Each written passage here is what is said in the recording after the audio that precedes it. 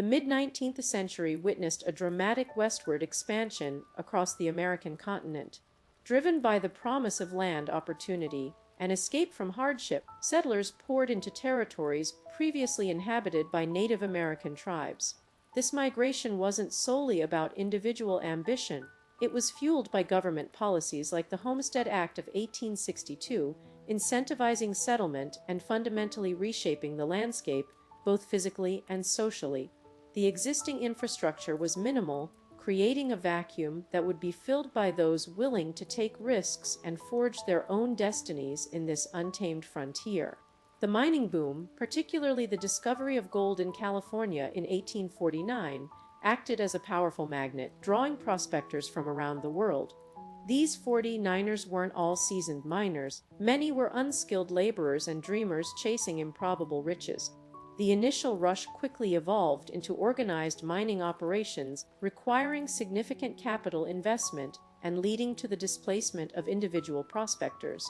Towns sprung up overnight near these gold deposits, becoming hubs of commerce, gambling, and social upheaval. Railroad construction was pivotal in opening the West. The Transcontinental Railroad, completed in 1869, dramatically reduced travel times and facilitated the movement of goods and people across vast distances.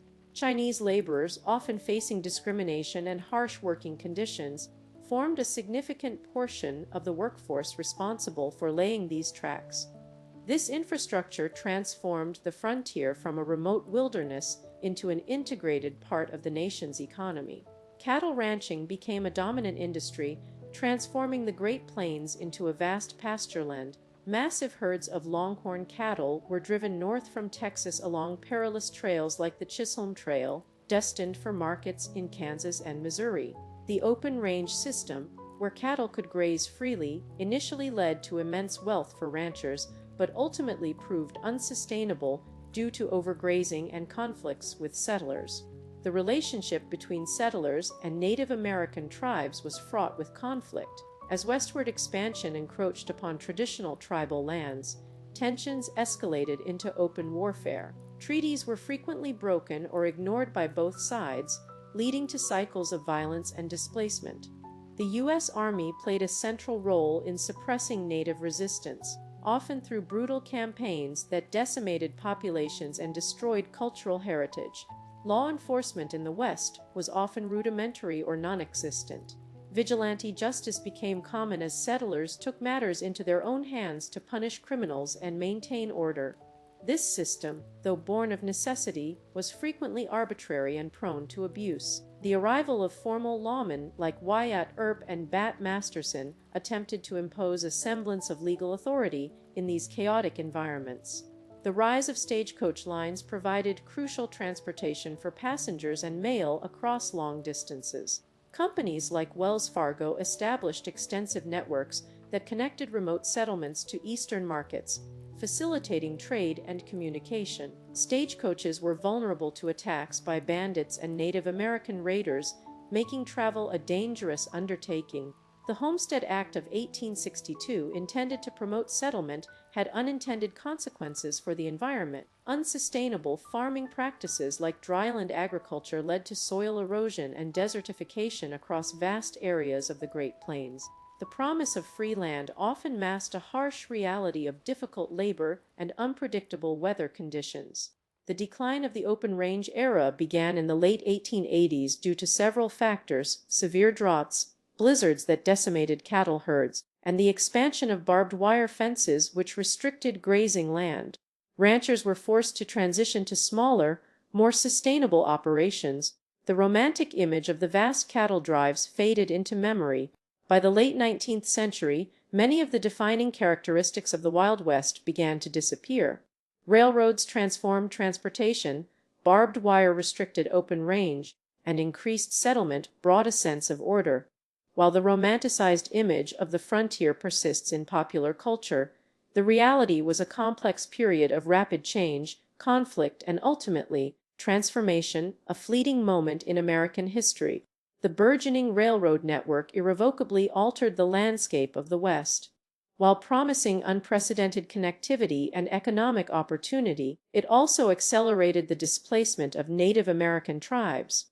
The relentless expansion of the Iron Horse severed traditional hunting grounds, disrupted established trade routes, and fostered a climate of escalating conflict.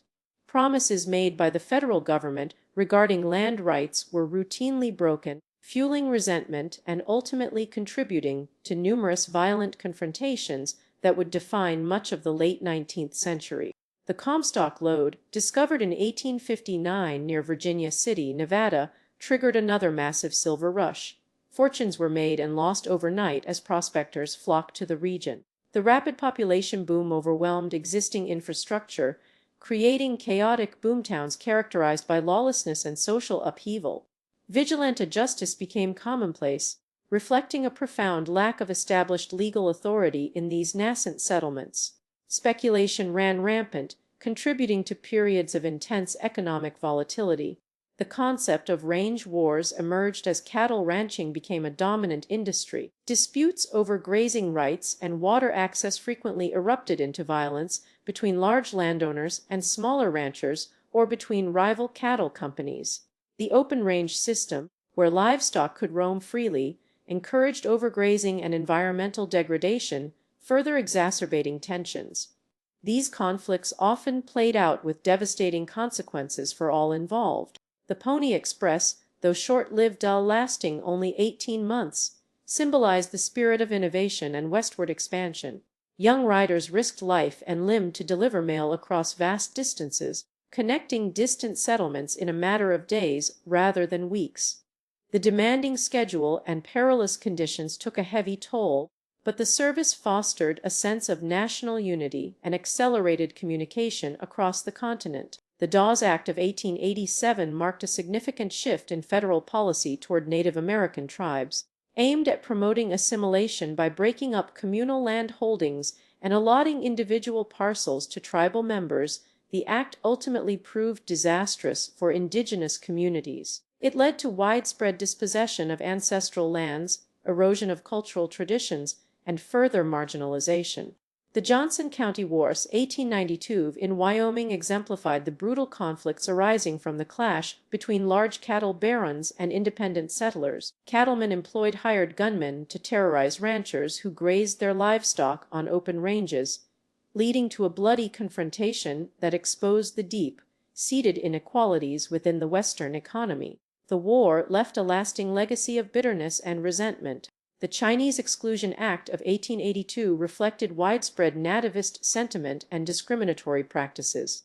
This law effectively banned Chinese laborers from entering the United States, severely impacting railroad construction and mining industries that relied heavily on immigrant labor. The act contributed to a climate of prejudice and violence against Chinese communities in the West. The closing of the frontier, officially declared by the U.S. Census Bureau in 1890, symbolized the end of an era. While marking the completion of westward expansion, it also signaled a period of economic hardship and social transformation for many communities that had relied on open land and resource extraction. The romanticized image of the Wild West began to fade as industrialization and urbanization took hold. The rise of dime novels and sensationalized accounts in newspapers further shaped public perception of the West. These often fictionalized narratives romanticized outlaws, glorified gunfighters, and exaggerated the dangers of frontier life. While entertaining to many, these stories contributed to a distorted understanding of the complex realities faced by settlers, Native Americans, and those striving to build lives in this challenging environment.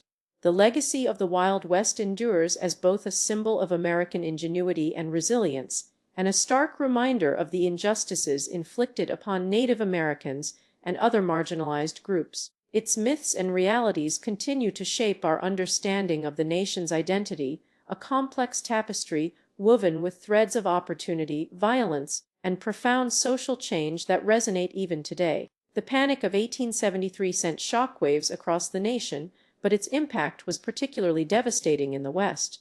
Railroad speculation had fueled a boom, attracting investors eager to profit from expansion. When J. Coop and Company collapsed under the weight of those debts, credit dried up, and countless businesses failed. Towns that had sprung up overnight found themselves ghost towns almost as quickly. The dreams of prosperity vanished, leaving behind broken promises and shattered lives for many pioneers. The decline in silver prices further exacerbated the economic downturn. The Comstock lode, once a beacon of hope for Nevada and the nation, began to yield less profitably. Miners, desperate to recoup their losses, often resorted to increasingly risky ventures, hoping for one last strike that would restore their fortunes. This desperation fostered a climate of instability and uncertainty throughout mining communities across the West. The Modoc Wars 1872–1873 exemplified the escalating tensions between settlers and Native American tribes. Driven from their ancestral lands in California by encroaching farms and ranches, the Modocs attempted to return, leading to armed conflict with the U.S. Army. The brutal suppression of the rebellion underscored the government's commitment to westward expansion at any cost, further displacing indigenous populations. The introduction of barbed wire revolutionized ranching but simultaneously intensified conflicts over land. Previously, open-range grazing had allowed multiple ranchers to utilize the same pastureland. Barbed wire effectively fenced off these areas, creating private property and sparking violent disputes between those who lost access to traditional grazing routes. The range wars became a defining feature of the late 1870s.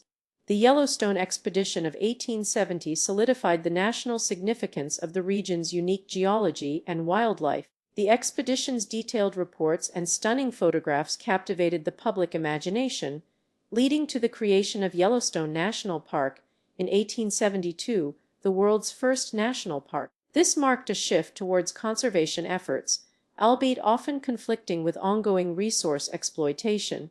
The Nez Perce Wars 1877 stands as a tragic example of broken treaties and forced displacement. After being ordered to relocate from their traditional lands in Oregon, the Nez Perce, led by Chief Joseph, embarked on a remarkable 170-mile flight towards Canada.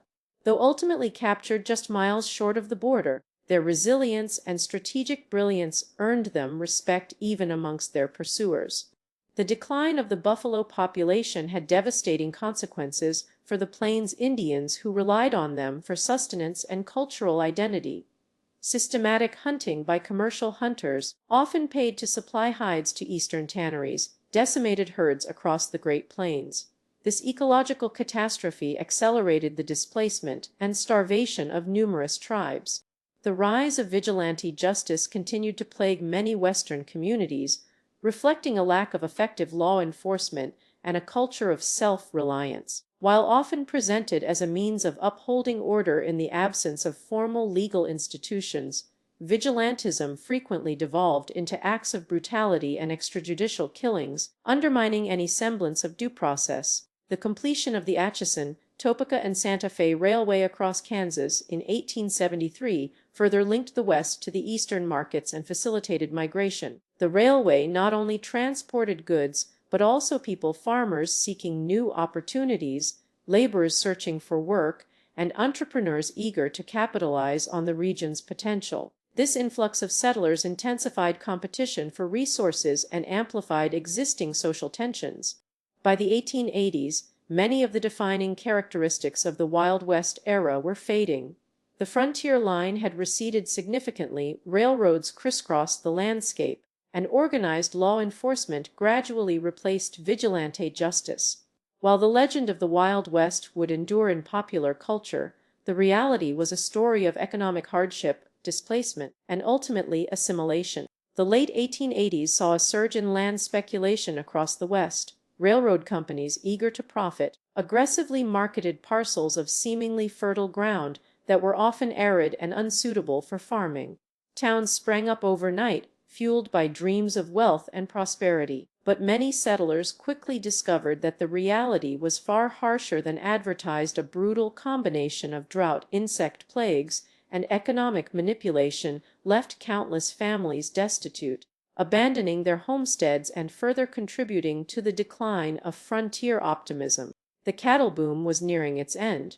Overgrazing had decimated vast tracts of grassland, leading to widespread soil erosion, and a dramatic decline in the quality of beef. The open range era, where ranchers could freely graze their herds on public lands, was coming under increasing scrutiny from both the federal government and increasingly organized agricultural interests. Fences began to appear across the landscape, dividing once open territory and sparking conflicts between ranchers who had traditionally relied on free grazing. The sheepshed gold rush in Nevada 1890 proved to be another short-lived boom. Initial reports promised incredible yields, attracting hundreds of prospectors and entrepreneurs. However, the vein quickly petered out, revealing that much of the gold was actually pyrite, commonly known as fool's gold. Disappointment spread rapidly, and the town of Sheepshed became a ghost town within months, serving as another cautionary tale in the volatile history of Western mining. The Forest Reserve Act of 1891 marked a significant shift in federal policy toward Western lands.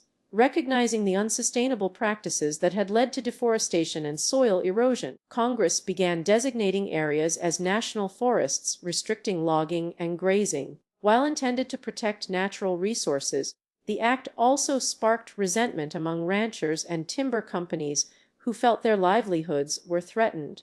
The rise of labor unions began to impact the mining industry.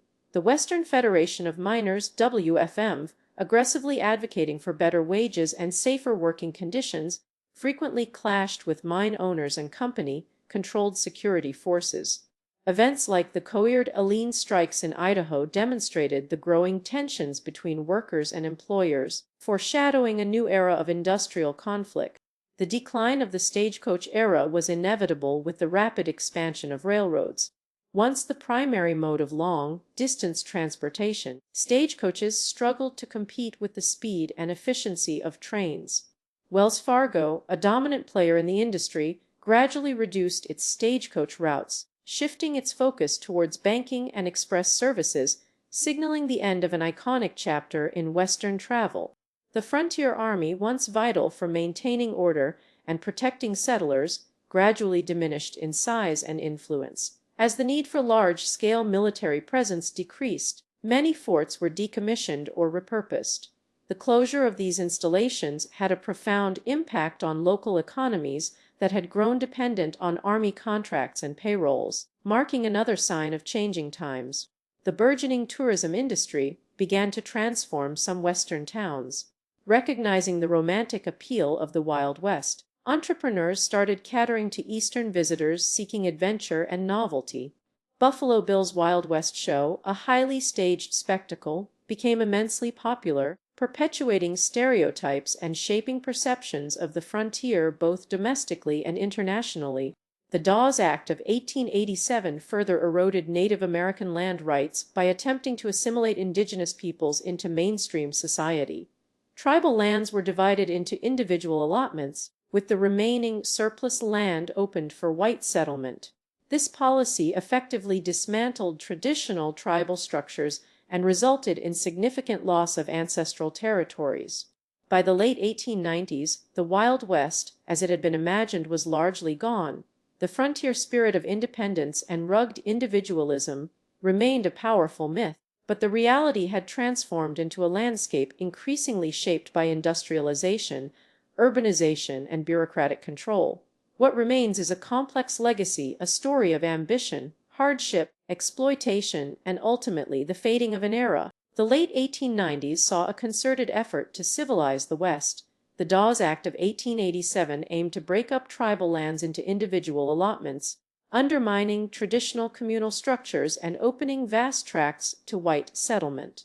While proponents argued it would assimilate Native Americans into mainstream society, its impact was devastating, stripping away cultural identity and economic stability. Resistance continued, though increasingly fragmented. The era of large-scale conflicts had largely passed, replaced by a slow erosion of indigenous power and autonomy. The Homestead Act, initially intended to encourage settlement, ironically contributed to environmental degradation.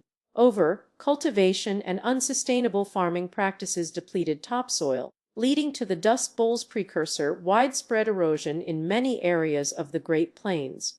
The promise of free land lured farmers who lacked experience or knowledge of dryland agriculture, accelerating the process.